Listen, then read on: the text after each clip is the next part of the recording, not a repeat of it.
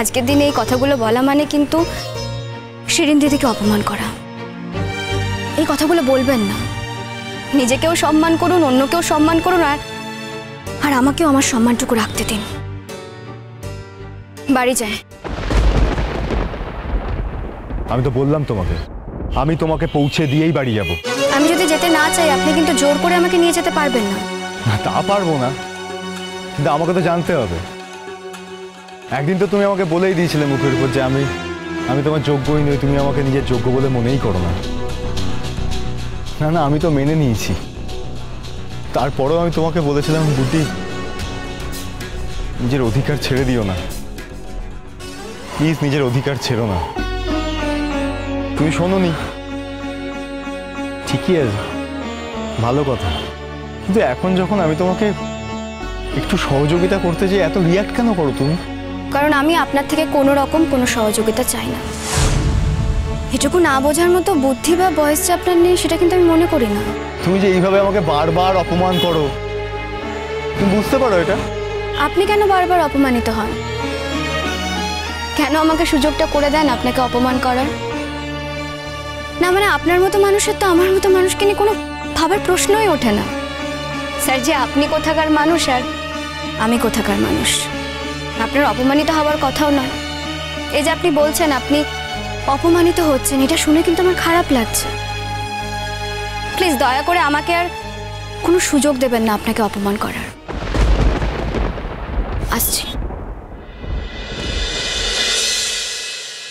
গুড্ডি, तुझसे नाराज नहीं जिंदगी हैरान हूँ मैं, ओ हैरान हूँ मैं, तेरे मासूम सवालों से परेशान हूँ मैं, ओ परेशान हूँ मैं, तुझसे नाराज नहीं जिंदगी हैरान हूँ मैं, ओ हैरान हूँ मैं, तेरे मासूम सवालों से परेशान हूँ मैं, ओ परेशान हूँ मैं।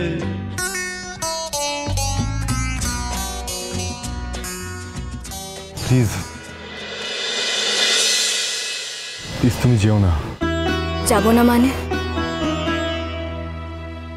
মানে প্লিজ এখন একা একা তুমি একা একা যেও না প্লিজ। আমি মন থেকে জানি আমি একা। আমি একাকিত্বকে মেনে নিয়েছি, সেটাকে অ্যাকসেপ্ট করে নিয়েছি। হ্যাঁ, তুমি অ্যাকসেপ্ট করতেই পারো, কিন্তু আমি পারছি না। আমার সমস্যা হচ্ছে, আমি কি করব? কিসের সমস্যা? আমি জানি না আমার কি সমস্যা হচ্ছে। অনেক কাটা ছেঁড়া সমস্ত কিছু ভেতরে,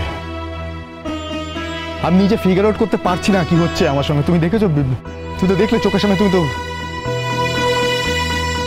দাঁড়িয়ে ছিল তো পুরো বিয়েতে, কিরকম ভাবে ছিলাম আমি, কি কি হচ্ছে আমার সাথে, আমি কিছু বুঝতে পারছি না। সেটা হয়তো আমি ছিলাম বলে। আমি না থাকলে এসব কিছুই হতো না। বিশেষ করুন, আমি কিন্তু নিজের ইচ্ছেতে সবকিছুর মধ্যে ইনভলভ হতে চাইনি। আমাকে জোর করেছিল, তাই বাধ্য হয়েছিল। না মানে আপনি এখন ভাবতেই পারেন, বলতেই পারেন যে তোমাকে জোর করলেই বা তুমি বাধ্য হবে কেন, তুমি রাজি হবে কেন? নাই আসতে পারতাম, নাই বা ইনভলভ হতে পারতাম এই সব কিছুর মধ্যে। কিন্তু আমার মনে হয়েছিল শিরিন দিদি যখন আমাকে এভাবে দেখতে চায় তাহলে তাই হোক। শিরিন দিদি আর আন্টি চেয়েছিল আমি যাতে আপনাদের বিয়েটা দু চোখ ভরে দেখি। ও কতটা সুখী হয়েছে সেটা যেন আমি নিজের চোখে দাঁড়িয়ে দেখি। আমি ওকে বোঝাতেই পারিনি ওর সংসারে যদি সুখী হয়, ও যদি ভালো থাকে, সেই সব কিছু দেখে আমার কোনো রকম কোনো হিংসার অনুভূতি হবে না। সেটা যদি এখনো পর্যন্ত শিরিন দিদিকে বোঝাতে না পারি তাহলে আমার কিছুই করার নেই। যাই হোক, এই কথাগুলো তো আর ওরা আমাকে বলেনি। ওরা শুধু বলেছিল আমি যাতে এই বিয়েটা অ্যাটেন্ড করি, বোন হিসেবে যাতে সমস্ত রকম দায়িত্ব পালন করি। আমি শুধু সেটাই করেছি। যাকে আমি আপনার সঙ্গে এত কথাই বা বলছি কেন? আপনি আপনার বিয়েতে আনন্দ করতে পারেননি, আমার সত্যি খুব খারাপ লাগছে। বৌভাতে আনন্দ করবেন না? মানে বৌভাতে তো সবসময় তো আর আমি থাকবো না, গেলেও সন্ধ্যার পরে যাবো, ততক্ষণে সব কিছুই মিটে যাবে। আর সারা জীবনটাই তো পড়ে আছে, সারা জীবনটা আনন্দ করে কাটাবে শ্রীদিদির সঙ্গে।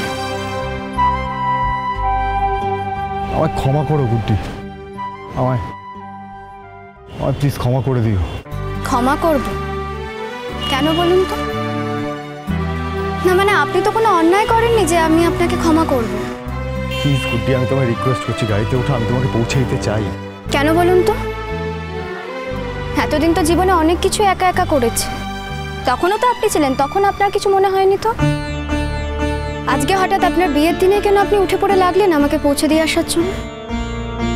বাড়িতে আপনার স্ত্রীকে কিছু না জানিয়ে, বাড়ির কাউকে কিছু না জানিয়ে এরকম ভাবে ধুম করে চলে এলেন আমাকে পৌঁছে দেওয়ার জন্য। তারপরও ভাবলেন না না যেটা আপনার সম্মান ক্ষুণ্ণ হতে পারে?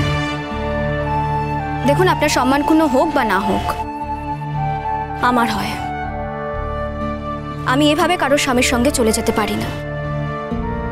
দেখুন, আপনি নিজেকে কতটা সম্মান করেন সেটা একমাত্র আপনি জানেন, কিন্তু আমি নিজেকে সম্মান করি, তাই কোনো কিছুর বিনিময়ে আমি সেই সম্মানটা খোয়াতে চাই না। অনেকেই আমার সম্মান খুইয়েছে এটা ভেবে আনন্দ পায়, কিন্তু তারা এটা জানে না যতক্ষণ না পর্যন্ত আমি নিজে আমার সম্মান খোয়াচ্ছি ততক্ষণ পর্যন্ত কেউ জোর করে আমার সম্মান খোয়াতে পারবে না। যাই হোক, আপনি আমার অত্যন্ত ঘনিষ্ঠ আত্মীয়, তো আমার দিদি স্বামী বললে কথা, তাই আপনাকে আমি ভালোভাবেই বলছি, ভালোভাবেই আপনাকে আমি রিকোয়েস্ট করছি, আপনি বাড়ি চলে যান। আর ভবিষ্যতে কোনোদিনও আমার জন্য একা কিছু করতে আসবেন না। দেখুন, ভবিষ্যতে যদি কোনোদিনও আপনার আমার জন্য কিছু করার ইচ্ছে হয় তাহলে দিদিকে সঙ্গে নিয়ে আসবেন বা সেই মানুষটার অনুমতি নিয়ে আসবেন। দয়া করে আমাদের দুজনের মধ্যে কোনো ভুল বোঝাবুঝি তৈরি করবেন না। একটা কথা বলবো, তুমি খুব নিষ্ঠুর জানো। নিষ্ঠুর? আমি 100 বার নিষ্ঠুর তুমি। তোমাকে বাইরে থেকে দেখে যতটা প্রাণ চঞ্চল হাসি খুশি মনে হয়, আসলে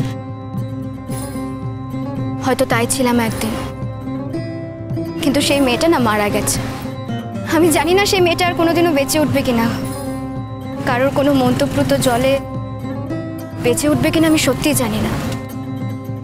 আমি শুধু এটুকু জানি আমার জীবনে কেউ নেই, আমি জীবনে একা।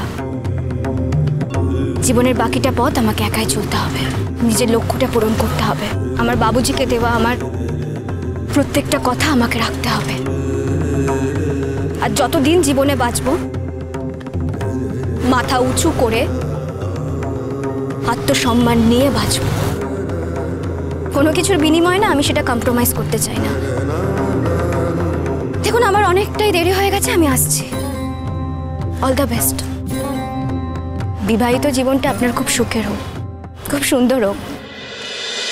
আসি তাহলে। आज अगर भर आई है बूंदे बरस जाएगी,